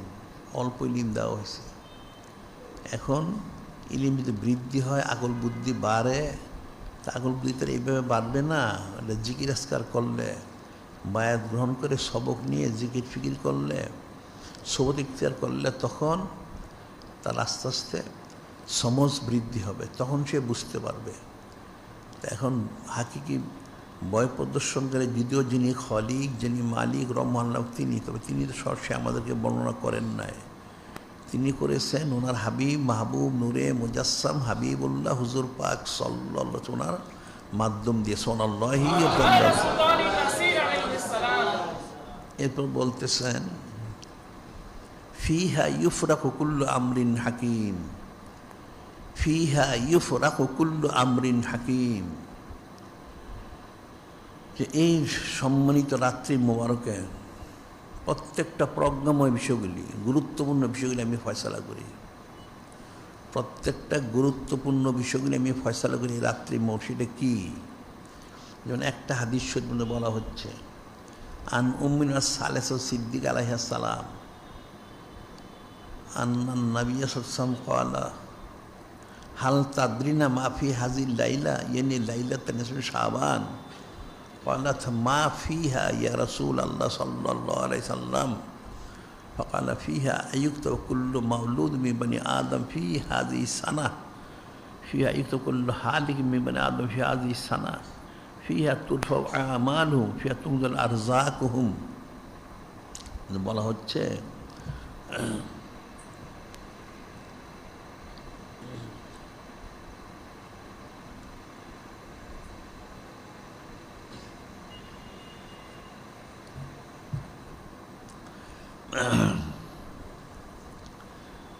উম্মুল মুমিনিন আস-সালিসা হযরত সিদ্দিকা আলাইহিস সালাম তিনি এটা বর্ণনা করেন যে নূরে মুজাসসাম হাবিবুল্লাহ হুজুর পাক সাল্লাল্লাহু আলাইহি ওয়াসাল্লাম এই আসর ব্যাখ্যায় বলেন ফিহা ইউফরাকু কুল্লু আমরিন হাকিম, এই মহাসম্মানিত রাত্রি মোবারকে সমস্ত প্রজ্ঞাময় বিষয়গুলি ফয়সালা করা হয়। সেটা কি? তিনি বলতেছেন আন্নান নবী সাল্লাল্লাহু আলাইহি ওয়াসাল্লাম ক্বালা, একদিন নূরে মুজাসসাম হাবিবুল্লাহ সৈয়দুল মুরসালিন ইমামুল মুরসালিন খাতামুন নবীন হুজুর পাক সাল্লাল্লাহু আলাইহি ওয়াসাল্লাম তিনি আমাকে এই বিষয় বললেন হাল তাদরিনা মা ফি হাযিল লাইলা, হে উম্মুল মুমিনিন আস-সালিসা সিদ্দিক আলাইহিস সালাম, এই বিষয়টা কি আপনার তাহকিক রয়েছে যে রাত্রির মধ্যে কী হয়? উনি তো জানেন, উম্মতকে এটা জানানোর জন্য যে রাত্রে কী হয় তুমি বললেন। আমি জিজ্ঞাসা করলাম ইয়া রাসূল মা ফিহা, এই রাত্রে কী হয়ে থাকে? তো নূরে মুজাসসাম হাবিবুল্লাহ হুজুর পাক সাল্লাল্লাহু আলাইহি ওয়াসাল্লাম তিনি ইরশাদ করলেন ফিহা আইয়ুক্তাবা ফি আইয়ুক্তাবা কুল্লু মাউলুদিন মিন বানি আদম ফি হাযিহি সানাহ, এই সম্মানিত রাত্রি মুবারকে শবে বরাতের রাত্রিতে সামনে 1 বৎসর কত সন্তান জন্মগ্রহণ করবে তাদের একটা তালিকা করা হয়। সুবহানাল্লাহি সামনে কত সন্তান জন্মগ্রহণ করবে 1 বছর। ফিহা একটু কুল্লু হালিক মিন বানি আদম ফি হাযিহি সানা, আবার ঠিক তার বিপরীত সামনে 1 বছর কত লোক ইন্তেকাল করবে তাদের একটা তালিকা করা হয়। 2 নম্বর। 3 নম্বর ফিহা তুরফাউ আমালুহুম, এই লাইলাতুল বরাত এই রাত্রিতে মানুষের 1 বৎসরের আমল নামাটা যিনি খলিক, যিনি মালিক, যিনি রহমান ওনার কাছে পেশ করায়। সুবহানাল্লাহ সাল্লাল্লাহু আলাইহি ওয়াসাল্লাম। ফিয়া তুনজালু আরযাকুহুম, এবং এই রাত্রিতে মানুষের 1 বৎসরের রিজিক যে নাজিল সেটারও সিদ্ধান্ত চূড়ান্ত করা হয়। সুবহানাল্লাহ সাল্লাল্লাহু আলাইহি ওয়াসাল্লাম। যে সামনে 1 বৎসর কতজন সন্তান, 1 বৎসর অর্থ হলো এই সামনে শবে কদর থেকে পরে শবে কদর পর্যন্ত কত সন্তান জন্মগ্রহণ করবে এটার সিদ্ধান্ত চূড়ান্ত করা হয় 1 নাম্বার। 2 নাম্বার হচ্ছে যে সামনে শবে কদর থেকে পরে শবে কদর পর্যন্ত কত লোক ইন্তেকাল করবে সেটা একটা চূড়ান্ত করা হয়। 3 নাম্বার হচ্ছে এই 1 বৎসরের আমল নামাটা, 1 বৎসরের আমল নামাটা এটা পেশ করা হয়। এই পেশ করার সিদ্ধান্তটা নেওয়া হয়। আবার ঠিক 1 বছর রিজিক যে নাজিল হবে সেটারও সিদ্ধান্ত নেওয়া যায়। একটা লোকের কতটুকু রিজিক সে পাবে সেটা এই লাইলাতুল মুবারাকা এই বরকত রাত্রিতে সিদ্ধান্ত নেওয়া হয়। শবে কদরে সেটা নাজিল হওয়া শুরু হয়। তো মানুষের আমল নামাটা ঠিক একই রকম। এটা হচ্ছে ফিহা ইউফরাকু কুল্লু আমরিন হাকিম, এই সমস্ত মূল যতগুলি বিষয় আছে সেগুলি মানুষের হায়াত, মৌত, রিজিক, দৌলত ইত্যাদি যা কিছু আছে একটা মানুষের প্রয়োজন, ওই রাত্রিতে চূড়ান্ত সিদ্ধান্ত নেওয়া হয়, সেটা জারিটা করা হয় শবে কদর থেকে। এরপর হচ্ছে আমরাম মিন ইনদিনা, আমরাম মিন ইনদিনা। আল্লাহ বলতেছেন এটা তো আমার আদেশক্রমেই হয়, এটা আমরাম মিন ইনদিনা, আমার আদেশক্রমে। সেটি আল্লাহ কোরআন শরীফে বলেন, সেটা হলো কুল্লা ইউসিবানা ইল্লা মা কাতাবাল্লাহু লানা হুয়া মাওলানা। আল্লাহ পাক বলতেছেন আপনি বলে দেন, কুল লা ইউসিবানা ইল্লা মা কাতাবাল্লাহু লানা হুয়া মাওলানা ওয়া আলাল্লাহি ফালিয়াতাওয়াক্কালিল মুমিনুন। প্রত্যেক মুমিনের জন্য দায়িত্ব হচ্ছে কি, আল্লাহ বলতেছেন আপনি বলে দেন যিনি খলিক, যিনি মালিক, যিনি মহাল্লা, তিনি যা ফয়সালা করেন, আর নূরে মুজাসসাম হাবিবুল্লাহ হুজুর পাক সাল্লাল্লাহু আলাইহি ওয়াসাল্লাম যা বন্টন করেন তার বাইরে কিছুই পচবে না। তোমাদের উচিত ওনার উপরে তাওয়াক্কুল করা। সুবহানাল্লাহি সাল্লাল্লাহু আলাইহি ওয়াসাল্লাম, যেটা হাদিসে ব্যাখ্যায় বলা হচ্ছে আন হযরত মুআবিয়া রাদিয়াল্লাহু তাআলা আনহু ক্বালা ক্বালা রাসূলুল্লাহ সাল্লাল্লাহু আলাইহি ওয়াসাল্লাম মায়ুরিদিল্লাহু বিখাইরিন ফাক্কিহু ফিদ্দীন ওয়া ইন্নামা নাকাসিম আল্লাহু ইউতি। আয়াতের ব্যাখ্যায় বলা হচ্ছে হযরত মুআবিয়া রাদিয়াল্লাহু তিনি বর্ণনা করেন নূরে মুজাসসাম হাবিবুল্লাহ হুজুর পাক সাল্লাল্লাহু আলাইহি ওয়াসাল্লাম তিনি ইরশাদ করেন যিনি খলিক, যিনি মালিক, রহমান, তিনি যার বালাই চান, যে সকলেরই বালাই চান, তাকে দিনের সহি সমজ দান করেন, যে চায় সে লাভ করে, এর পিছন করেন। তিনি সমস্ত কিছু ওনার হাবিব মাহবুব নূরে মুজাসসাম হাবিবুল্লাহ হুজুর পাক সাল্লাল্লাহু আলাইহি ওয়াসাল্লাম ওনাকে হাদিয়ে মোড়ক করেছেন। সুবহানাল্লাহ সাল্লাল্লাহু আলাইহি ওয়াসাল্লাম। আর তিনি সমস্ত নেয়ামত মনগুলি বন্টনকারী। সুবহানাল্লাহি এর বাইরে কিছু পৌঁছবে না। এখন লাইলাতুল মুবারাকা আল্লাহ পাক বন্টন করেন, সমস্ত কিছু দেন বান্দাদেরকে, সেটা আল্লাহ পাক কোনো আদেশক্রমে। এবং ইন্না কুন্না মুরসিলিন, আমি এগুলি পাঠিয়ে থাকি। কীভাবে পাঠান? অনেকভাবে। তো একটা বর্ণনা হাদিস আছে যে কানাত লাইলাতুন শাবান নাজালা হযরত জিবরিল আলাইহিস সালাম ফি কাবকাবাতিন মিনাল মালায়েকা ইউসাল্লুনা আলা কুল্লি আবদিন কায়িমিন আও কায়িদিন ইয়াজকুরুল্লাহ আযজা ওয়া জাল্লা। এই যে কানাত লাইলাতুন নিসফি শাবান, অর্থাৎ যখন এই শবে বরাতের রাত্রি আসে, হযরত জিবরিল তিনি নাজিল হন, একদল হযরত ফেরেশতা আলাইহিস সালাম নিয়ে নাজিল হন। নাজিল হয়ে তিনি এই রহমতটা সমস্ত জায়গায় বন্টন করে দেন, বর্ষণ করেন। নাজালা হযরত জিবরিল ফি কাবকাবাতিন মিনাল মালায়েকা ইউসাল্লুনা আলা কুল্লি আবদিন কায়িমিন ওয়া কায়িদিন ইয়াজকুরুল্লাহ আযজা ওয়া জাল্লা। এটা যে বান্দারা এই রাত্রিতে নামাজ, কালাম, জিকির, ফিকিরে মশগুল থাকে, সজাগ থেকে বন্দি করে, তাদের উপর এটা বর্ষণ করায়। সুবহানাল্লাহ।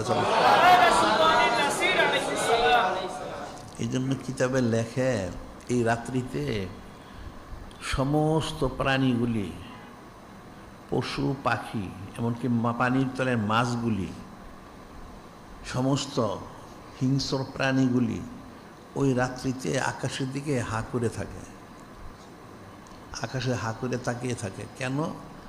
এই যে রহমত বর্ষিত হচ্ছেন, এটার একটা ফটো যদি লাভ করা যায়, এই রহমতের ফোঁটা যদি বর্ষিত হয়, যেমন বলা হয়, যেমন সাপ, ব্যাং পড়লে, তাদের মধ্যে পড়লে মানিক পয়দা হয়।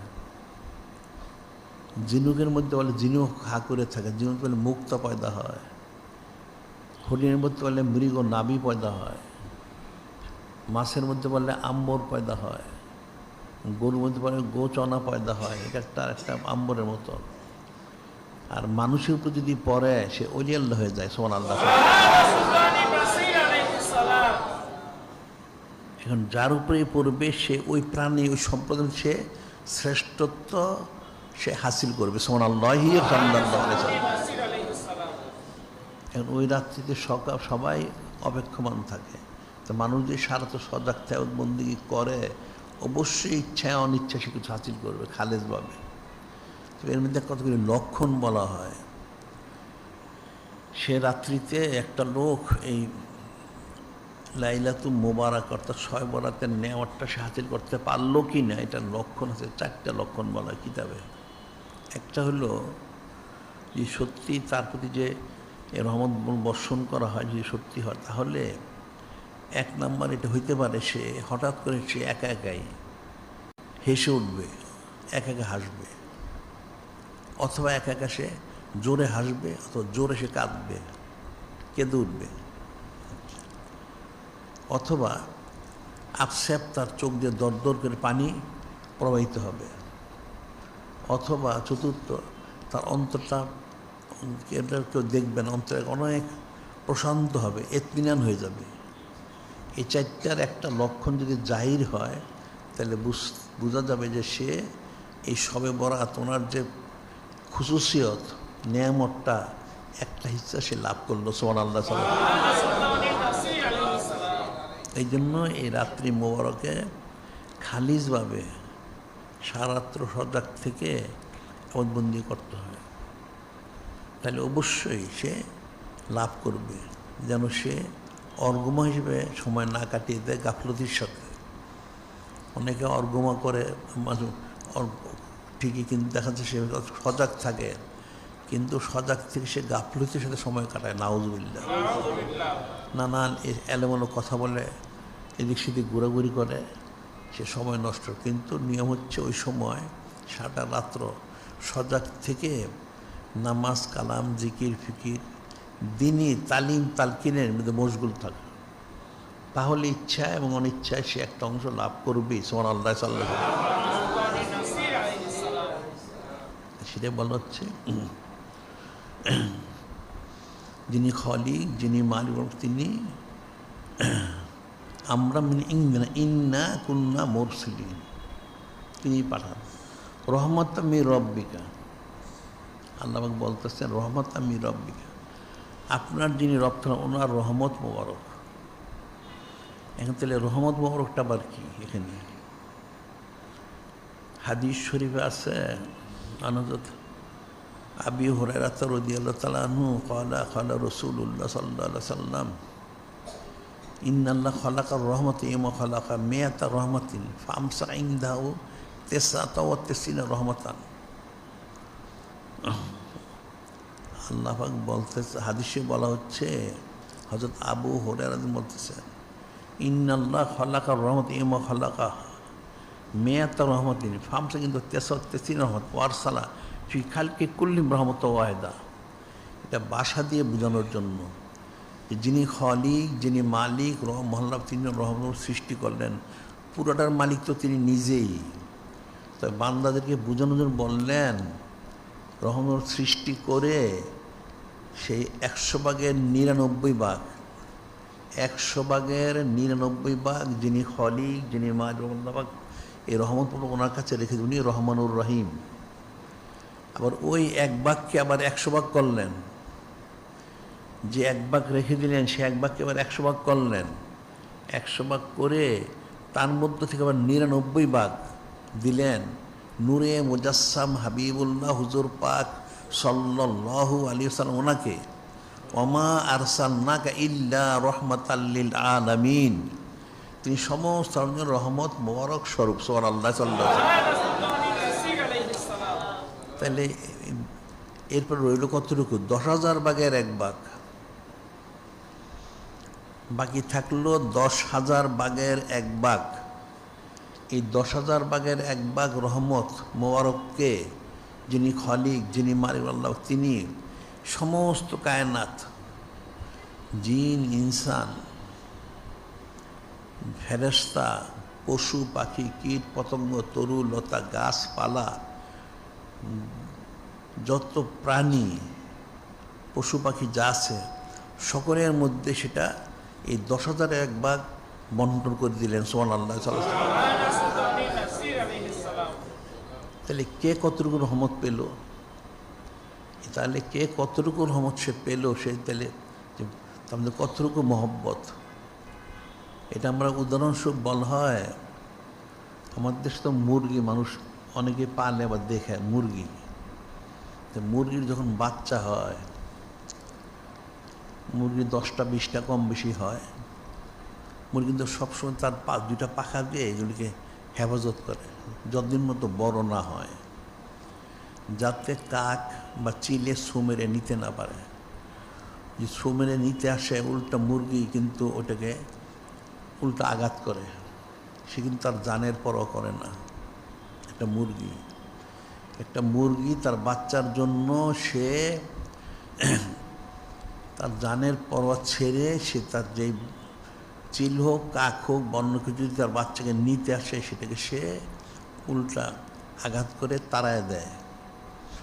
তাহলে সে কতটুকু মহব্বত পেয়েছে এ তো মানুষ হিসাব করতে পারবে না।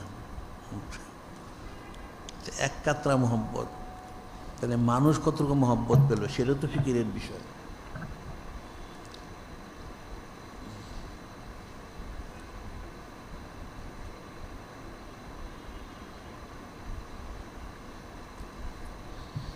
এখানে হাদিস শরীফের একটা ঘটনা বলা হয়, এটা হযরত উম্মুল মুমিনিন সালিসা সিদ্দিকা উনি বর্ণনা করেছেন। সেটা হলো তিনি বর্ণনা করতেছেন, একদিন ইয়া রাসূল আল্লাহ হাবিব আল্লাহ সাল্লাল্লাহু আলাইহি সাল্লাম, আজকে একটা ঘটনা ঘটেছে। কি ঘটনা ঘটেছে? যে একটা মহিলা এসেছিল আমার কাছে কিছু খাবারের জন্য, তার সাথে দুইটা মেয়ে ছিল ছোট ছোট, তিনজনই ক্ষুধার্ত।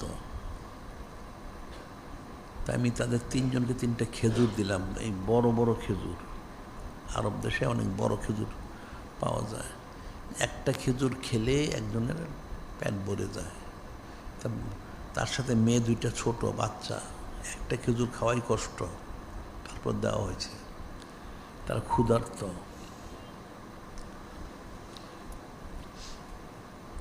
তিনজনকে 3টা খেজুর দেওয়া হলো। ওই 2 বাচ্চা তারা দুজনে খেজুর 2টা নিয়ে এরা কিন্তু দুজনে খেয়ে ফেললো। ওই বাচ্চা মেয়ে 2টা, ওই মাকে তো 3টে খেজুর দেওয়া হয়েছে, মা 2 বাচ্চাকে 2টা ভাগ করে দিচ্ছে দুজনকে। তো 2 বাচ্চা 2টা নিয়ে খেয়ে ফেলছে। এখন বাচ্চা 2টা ক্ষুধার্ত, মাও ক্ষুধার্ত। এখন মা কিন্তু খেলো না, মা না খেয়ে খেজুরটা হাতে রেখে দিল। ওই বাচ্চা 2টা 2 দিক থেকে দেখলো তারা তো খেয়ে ফেলেছে, এখন তাদের মার হাতে একটা খেজুর আছে, সেটা তারা দুইজনে 2 দিক থেকে হাতটা বাড়ালো খেজুরটা নেওয়ার জন্য।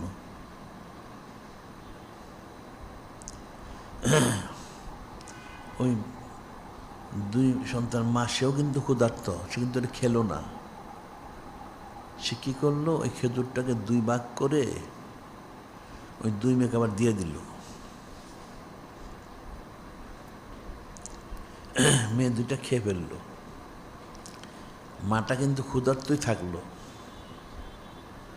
সেটাই হযরত উম্মুল মুমিনিন সালেসা সিদ্দিকা বললেন, ইয়া রাসূল আল্লাহ, ইয়া হাবিব আল্লাহ সাল্লাল্লাহু আলাইহি সাল্লাম, একজন মা সে তার সন্তানকে কতটুকু মহব্বত করে। সে নিজেও ক্ষুধার্ত, কিন্তু সে কিন্তু খেলো না, তার বাচ্চা 2টাকে একটা একটা করে তো দিল, এরপর বাকি তার নিজেরটাও সে ভাগ করে দিয়ে দিল। তিনি কত মহব্বত করে। তখন নূরে মুজাসসাম হাবিবুল্লাহ হুজুর পাক সাল্লাল্লাহু আলাইহি ওয়াসাল্লাম বললেন, হ্যাঁ আপনি ঠিকই বলেছেন, যে আল্লাহ পাক যে রহমত সৃষ্টি করেছেন, 100 ভাগ করেছেন, পর্যায়ক্রমে সে 10,000 ভাগের 1 ভাগ সব বন্টন করে দিয়েছেন, সেই মহব্বতে মা করেছে। তাহলে যিনি খলিক, যিনি মালিক আল্লাহ পাক, যিনি রহমান রহিম, তিনি উনি কত মহব্বত করেন। সুবহানাল্লাহ।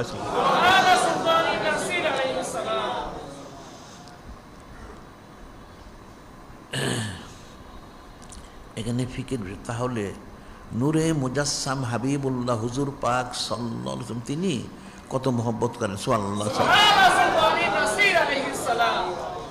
তো কোন আল্লাহ বলেছেন, লাকাদ জাআকুম রাসূলুম মিন আনফুসিকুম আজিজুন আলাইহি মা আনিতুম হারিস আলাইকুম বিল মুমিনিনা রাউফুর রহিম।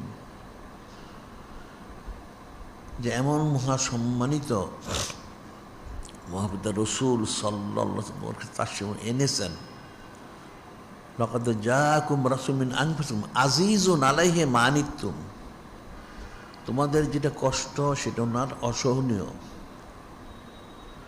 তিনি সবসময় চান তোমার জন্য ভালো হয়, তিনি অত্যন্ত দয়ালু, তিনি করুণাময়। সুবহানাল্লাহ সাল্লাল্লাহু। এখন এই 10,000 ভাগের 1 ভাগ, এই এক কাতরা মহব্বত মানুষ লাভ করার কারণে সন্তানকে মা বাবা মহব্বত করে, বা সন্তানও মা বাবাকে মহব্বত করে, বা ইত্যাদি যাই হোক। তাহলে নূরে মুজাসসাম হাবিবুল্লাহ হুজুর পাক সাল্লাল্লাহু আলাইহি ওয়াসাল্লাম তিনি কত মহব্বত করেন, যিনি খলিক, যিনি মালিক আল্লাহ, তিনি কত মহব্বত করেন। তাহলে বান্দা বান্দি জিনিসটা তারা কী আমল করে, তো ফিকিরের বিষয়। একটা সন্তান, বাবা মা তো সন্তানকে মহব্বত করে, এটার কোনো বাসা নাই, এটা বাবা মাকে শিখাইতে হয় না।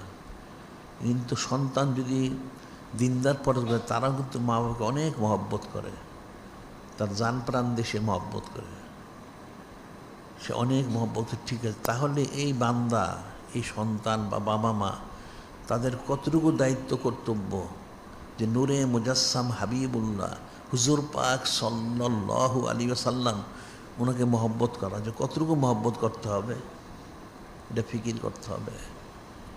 একইভাবে যিনি খলিক, যিনি মালিক রহমান, তাহলে ওনাকে কত মহব্বত করতে হবে, সেটি তো বলা হয়েছে যে লা ইউমিনু আহাদুকুম হাত্তা আকুনু আহাব্বা ইলাইহি মিন ওয়ালিদিহি ওয়া ওয়ালাদিহি ওয়ান নাস আজমাইন। কেউ ইমানদার হতে পারবে না যে নূরে মুজাসসাম হাবিবুল্লাহ হুজুর পাক সাল্লাল্লাহু আলাইহি ওনাকে সবচেয়ে বেশি মহব্বত না করা পর্যন্ত। তাহলে কত মহব্বত করতে হবে। রহমতাম মির রব্বিকা, কারণ আল্লাহ পাক তো রহমান, রহিম, গাফফার, সাত্তার, ঠিক একইভাবে নূরে মুজাসসাম রহমতুল্লিল আলামিন রউফুর রহিম।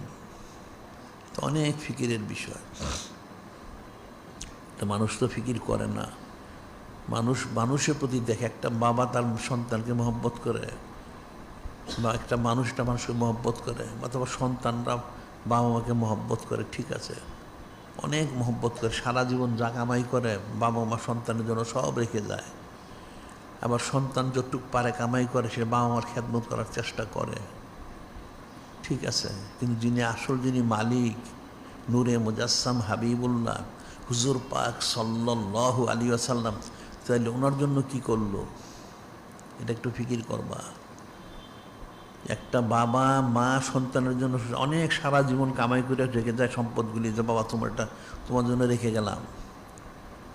আবার সন্তানরা যদি উপযুক্ত হয়, কামাই রোজগার করলে, তখন বাবা মার চেষ্টা করে সে খাওয়া পড়া দিয়ে খুশি সন্তুষ্ট করার জন্য। কিন্তু এই বাবা মার এই সন্তান কি নূরে মুজাসসাম হাবিবুল্লাহ হুজুর পাক সাল্লাল্লাহু আলাইহি ওনাকে খুশি করার কোশিশ করেছে? করে নাই।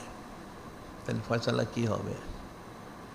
সেটি তো বলা হচ্ছে সমস্ত বিষয়েই নূরে মুজাসসাম হাবিবুল্লাহ হুজুর পাক সাল্লাল্লাহু আলাইহি ওনাকে প্রাধান্য দিতে হবে, তখন সে ইমানদার।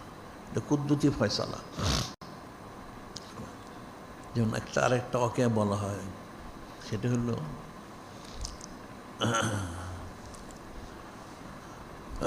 হযরত সৈয়দুনা ফারুক আজম আলাইহিস সালাম ওনার সময় একটা ঘটনা। সেটা হলো একজন লোক একজন বেদুইন, বেদুইন বলে আরবি যারা, একটা লোক আসলেন, উনি সৈয়দুনা ফারুক আজম ওনার কাছে, তার কাঁধে একটা বাচ্চা শিশু কাঁধের মধ্যে করে নিয়ে আসছে। এসে বলল, হে হযরত সৈয়দুনা ফারুক আজম, উনি তখন খলিফাতুল মুসলিমিন, আমিরুল মুমিনিন। কিন্তু খলিফার অনেক দায়িত্ব, মানুষ এত কথা শোনার সময় নাই। তারপরেও লোকটা বলল, হুজুর আমি আসছি আপনার কাছে একটা বিষয় বলার জন্য। তিনি বলেন কি বলবে, যে আমি একটা আয়াত শরীফের হাকিকত বর্ণনা করব। একটা আয়াত শরীফের কি হাকিকত? সে বলতেছে যে আমার বাড়ি হচ্ছে অমুক স্থানে, আমি ওখানে থাকতাম। লোকটা হলো খুব সচ্ছল যে তা না, সে দিন আনে দিন খায়। তার গড় বাড়ি ছিল, গড় বাড়ি ছিল অর্থ হইল সেখানে তার একটা সোনের ঘর ছিল, একটা মহল্লা, সেখানে সে একটা সোনের ঘরে সে থাকে। সে বিবাহ শাদী করছে, তার আহালিয়াও ছিল। তো কিন্তু এখানে সে কাজ কাম খুব একটা পেত না, যার জন্য আর্থিক কিছু সমস্যা ছিল। তো সেই জন্য তার আহালিকে সে বলেছিল যে সে একটু দূরে কোথাও যেয়ে কিছু কামাই রোজগার করে টাকা পয়সা নিয়ে আসবে। তো তখন তার আহালিয়া বলেছিল, আপনি যে দূরে যাবেন কামাই রোজগার করতে, তাহলে তো তাড়াতাড়ি আসতে হবে, কারণ ওই লোকের আহালিয়া হলো সন্তান সম্ভব। এখন যদি পুরুষ এখানে কেউ নাই, সেই লোকটা দিনদার, তার আহলিও দিনদার, পরেজগার, পর্দানুশীল। একজন পুরুষ না থাকলে কীভাবে হবে? তো সে বলল ঠিক আছে, সে যতক্ষণ তাড়াতাড়ি আসবে। এরপর সে বলল ঠিক আছে, আমি যে ফাল্লাহু খৈরুন হাফিজাও ওহু আরহামুর রাহিমিন, আল্লাহ পাক উত্তম হেফাজতকারী, তিনি দয়ালু করুণাময়। যে আমি এই সন্তানটাকে আল্লাহ পাক ওনার জিম্মাদারিতে দিয়ে গেলাম। এই কথাটা বলে সেই লোকটা বলতেছে, আমি এই কথাটা বলে আমি চলে গেলাম। তা আমি গেলাম, গিয়ে কিছু কামাই করতে একটু দেরি হয়ে গেল, পয়সা তেমন আমি কামাই করতে পারি নাই। কিছু তখন কামাই করলাম, ফেরত আসলাম, তখন আসলাম বাড়িতে এসে আমি আশ্চর্য হয়ে গেলাম, যেহেতু আমার বাড়িঘর কিছুই নাই। ওই লোকটা বলতেছে যে আমি দেখি আমার বাড়িঘর কিছু নাই, আমার পরিবারও নাই। আমি লোকজনকে জিজ্ঞাসা করলাম কী ব্যাপার, কী হয়েছে এখানে? তখন লোকজন বলল যে তুমি যে চলে গেছ, তুমি যাওয়ার কিছুদিন পরে তোমার আহলিয়ার সন্তান হওয়ার সময় যখন হলো, তখন সে মারা গেল। মারা যাওয়ার কারণে ওই যে সামনে কবরস্থান, সেখানে তাকে দাফন করা হয়েছে। আর তোমার ঘরটা ছিল সোনের ঘর, দেখার মতো কেউ ছিল না। বৃষ্টিতে, তুফানে, ইত্যাদি ইত্যাদি কারণে ঘরটা আস্তে আস্তে ভেঙে নিশ্চিহ্ন হয়ে গেছে। লোকটা বলল, সে শুনে খুব কাঁদলো। সে যখন কাঁদলো, অনেক কিছুক্ষণ পর লোকেরা বলল তোমার আরেকটা কথা আছে। সেটা কি? এই যে তোমার আহলিকে যে ওই কবরস্থানে দাফন করা হয়েছে, ওখানে আমরা দেখি প্রতিদিন রাত্রে আগুন জ্বলে। ওটা প্রতিদিন রাত্রে আমরা দেখি, সেখানে মনে হচ্ছে আগুন জ্বলে। কেউ আর কাছে গিয়ে দেখে নেয়, দূরের থেকে। এটা শুনে লোকটা আরও কাঁদলো, যে তার আহলিয়ার কবরতে আগুন জ্বলার কথা না। সে তো নেককার, পরেজগার, দিনদার, পর্দানুশীল। ঠিক আছে, সে থাকলো সেখানে। সন্ধ্যার পরে সে দূরের থেকে দেখা যায় আগুন জ্বলে। সে আস্তে আস্তে সন্ধ্যার পর একা একা রাত্রে ওই কবরস্থানে সে গেল। যখন কবরস্থানে সে গেল, যে দেখে ঠিকই দেখা যাচ্ছে মনের ভিতরে আগুন জ্বলতেছে। সে কাছে গেল তার আহলিয়ার কবরে, গিয়ে দেখে তার আহলিয়ার সিনা বরাবর একটা ছিদ্র, ভিতরে মনে হয় বাতি জ্বলতেছে। ভিতরে মনে হচ্ছে কোনো বাতি জ্বলে, সেটা আলোটা বেরোচ্ছে, দূর থেকে মনে আগুন জ্বলে। সেজন কাছে গেল, উকি দিল ছিদ্র দিয়ে, দেখতেছে একটা বাচ্চা শিশু, তার আহলিয়া তো ইন্তেকাল করেছে, তার সিনার উপর একটা বাচ্চা শিশু গড়গড়ি খাচ্ছে। একটা বাচ্চা শিশু তার আহলিয়ার সিনার উপরে গড়াগড়ি খাচ্ছে। সেদিন উকি দিল, তখন একটা গায়েবী একটা নেদা হলো, হে ব্যক্তি, তুমি যখন সফরে যাচ্ছিলে তখন তোমার এই সন্তানটা আমার জিম্মাদারিতে দিয়ে গিয়েছিলে, তো তোমার সন্তানটা তো সেখানে জমিনে হয়নি, এখানে কবরে এসে জন্মগ্রহণ করেছে, এখানে আমি তাকে কুদরতিভাবে লালন পালন করতেছি। সুবহানাল্লাহ। এখন তুমি এটা ফেরত তাকে নিয়ে নাও। ছিদ্র ছিল ছোট, যখন সে হাত বাড়ালো ছিদ্র অনেক বড় হয়ে গেল, সন্তানটা তার কোলে চলে আসলো। সুবহানাল্লাহ। যখন সে সন্তান কোলে নিল, নেওয়ার পর আরেকটা নেদা হইল, যে ব্যক্তি তুমি তোমার সন্তানটাকে আমার জিম্মাদারিতে দিয়ে গিয়েছিলে, আমি ফেরত দিলাম, তুমি যদি তোমার আহলিয়া সহ আমার জিম্মাদারিতে দিতে, তাহলে তোমার আহলিয়া সৎকে আমি ফেরত দিতাম। সুবহানাল্লাহ। ওই লোকটা বলতেছে, হে হযরত সাইয়্যিদুনা ফারুক আযম, এই যে সন্তানটা কাঁদে দেখতেছেন, এটা হলো ওই সন্তানটা যেটা কবরে জন্মগ্রহণ করেছে। সুবহানাল্লাহ। ফাল্লাহু খায়রুন হাফিজাও ওয়া হুয়া আরহামুর রাহিমিন।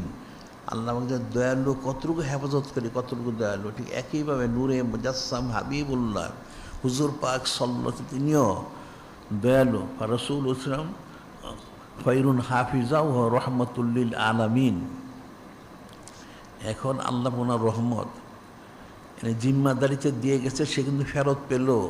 তাকে বলা হলো, তোমার সন্তানকে তো দিলাম, তুমি যদি তোমার সন্তানকে সহ তোমার আহলিকে সহ আমার জিম্মাদারিতে দিয়ে যেতে, তাই দুইজনকে আজকে আমি ফেরত দিতাম। সুবহানাল্লাহ। সেটা রহমত মির রাব্বিকা। এখানে ফিকিরের বিষয়। ইন্নাহু সামিউল আলিম, আল্লাহ সব শোনেন, সব জানেন। অনেক লম্বা কথা। এই যে বিষয়গুলি সব সে রাত্রি মুবারকে রহমত বড় বর্ষিত হবে। কারণ এই জন্য এই 15 তারিখ পরিস্থিতি মানে সামনের জুমা হবে, তারপরে মানে লাইলাতুল সলাসা দিবগত রাত্রে, শবে বরাত। ওই রাত্রে বন্দি করতে হবে, জিকির ফিকির করতে হবে। অনেক ফজিলত।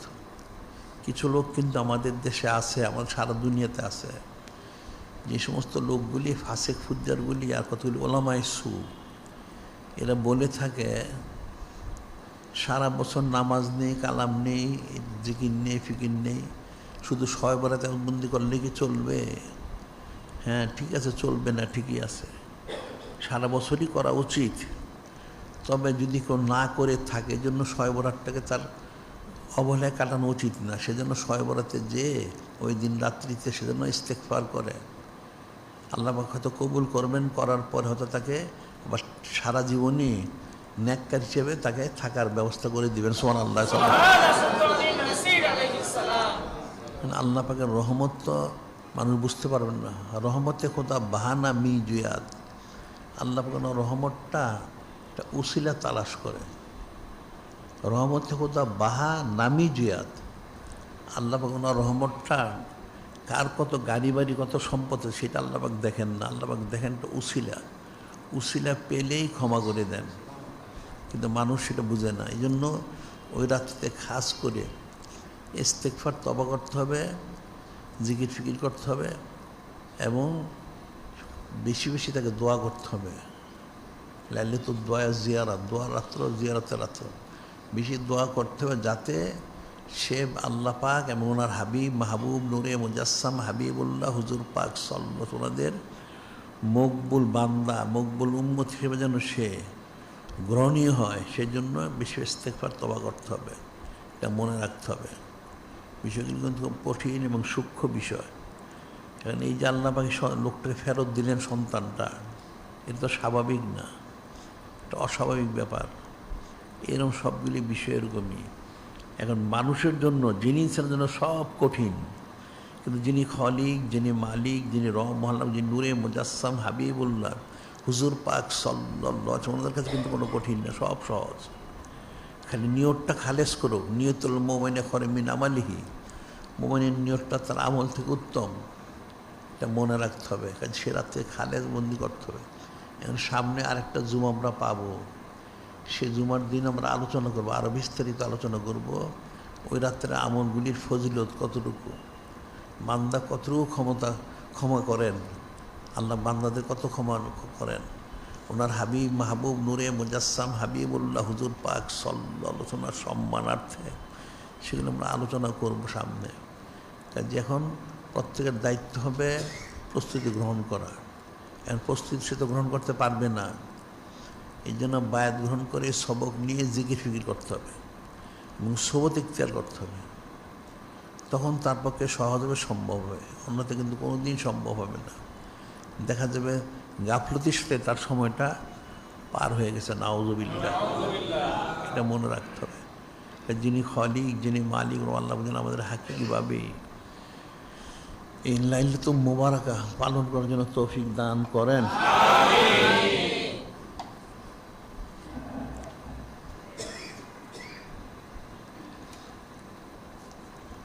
এখানে কতগুলি বিষয় আমরা প্রতি সপ্তাহে বলে থাকি। প্রথম হচ্ছে মহিলাদের তালিমের বিষয়টা।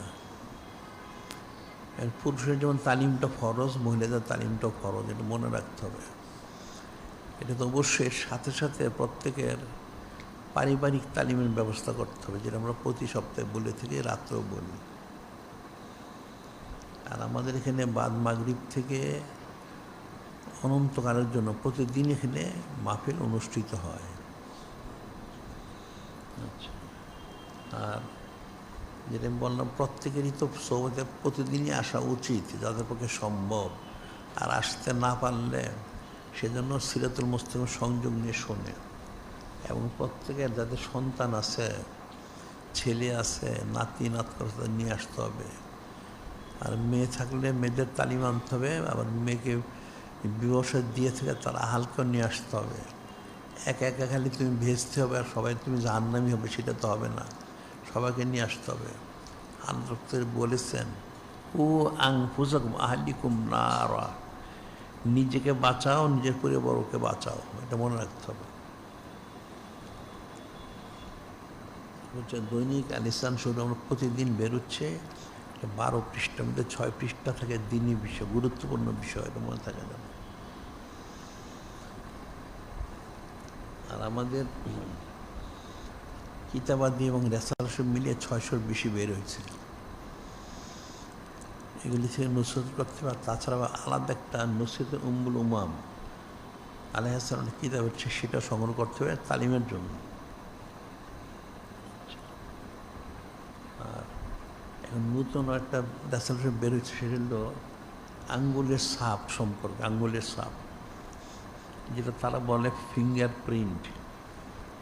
এর অর্থ হলো, এখন তো মানুষ ছবি দিয়ে সব কাজ করে, এটা কিন্তু ছবি দিয়ে সব কাজ করে, এটা কিন্তু বিশুদ্ধ না।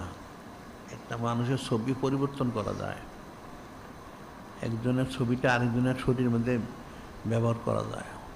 এখন আজকালকে দেখা যায় অনেক জায়গায় মানুষের ছবি নিয়ে অনেক মানুষের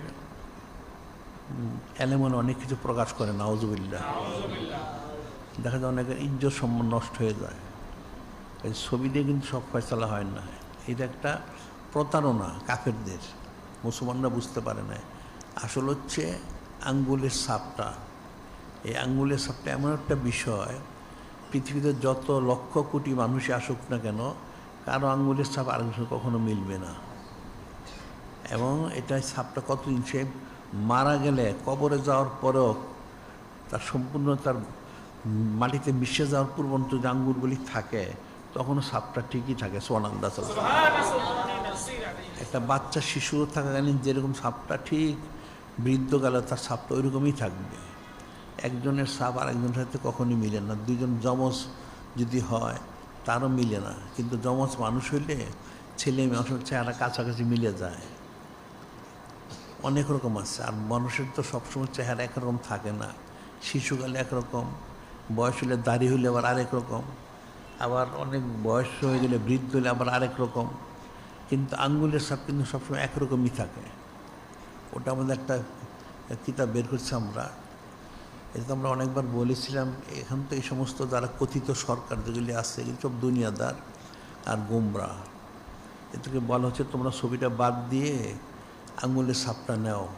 কেউ যদি ছবি দেয় তার ব্যক্তিগত ব্যাপার, কিন্তু ছবি দেওয়া তো হারাম। কুল্লু মুসাউবিরিন ফিন্নার, প্রত্যেক ছবি তুলনেওয়ালা জাহান্নামী। তাহলে তোমরা আঙ্গুলের ছাপের ব্যবস্থা করো।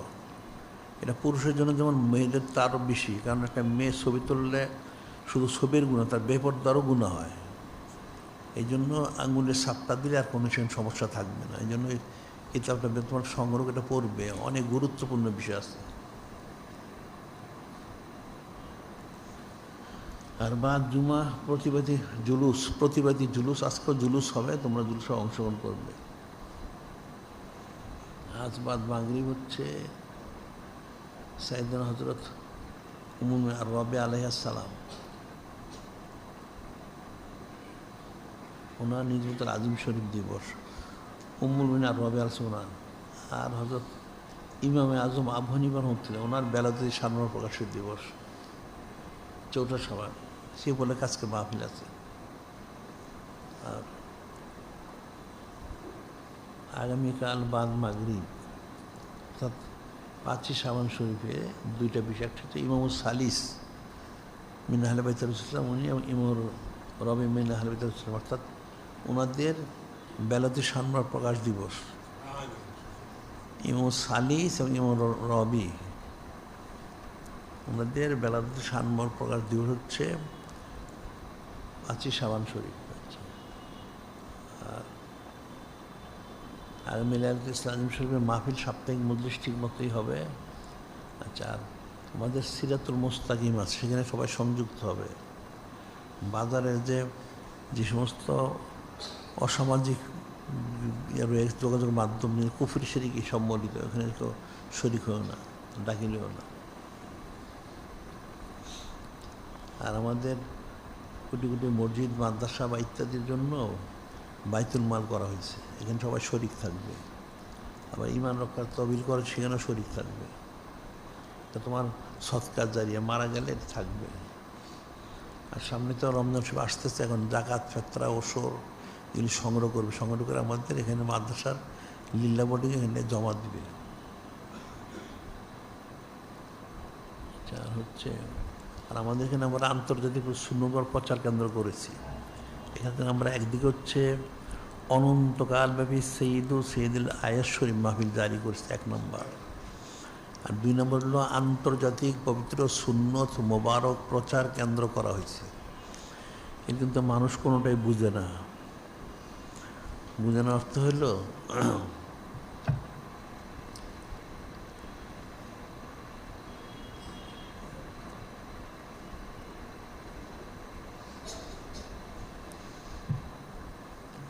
আল্লাহ পাক যে বললেন, তুআজ্জিরুহু ওয়া তুআক্কিরুহু ওয়া তুসাব্বিহুহু বুকরাতা ওয়া আসীলা, তোমরা আমার হাবিব মাহবুব নূরে মুজাসসাম হাবিবুল্লাহ হুজুর পাক সাল্লাল্লাহু আলাইহি সাল্লাম, ওনাকে ওনার সালাসি উম্মর করো, ওনার তাজিম তাকিম, ওনার খেদমত আঞ্জাম দাও সকাল সন্ধ্যা অনন্তকাল ধরে।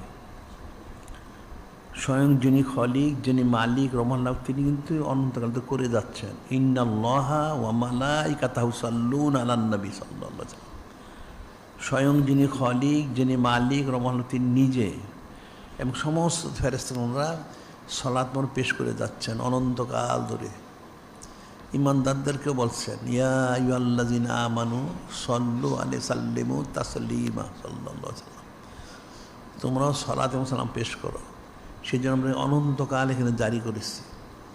এটা প্রত্যেক মুসলমানের এটা ফরজে আইন। অনন্তকাল ধরে সারা সবসময় প্রতি মুহূর্তে নূরে মুজাসসাম হাবিবুল্লাহ হুজুর পাক সাল্লাল্লাহু আলাইহি ওয়াসাল্লামকে স্মরণ করা। একদিক হচ্ছে যিনি খলিক, যিনি মালিক রহমাল্লাহ, ওনাকে স্মরণ করা। তো ওনাকে স্মরণ করার জন্য জিকির ফিকির যদি করে মানুষ, বা এতে সুলতান আসকার জারি করলে মাথার তালুর থেকে পায়ের তলা পর্যন্ত জিকিরটা জারি হয়ে যায়।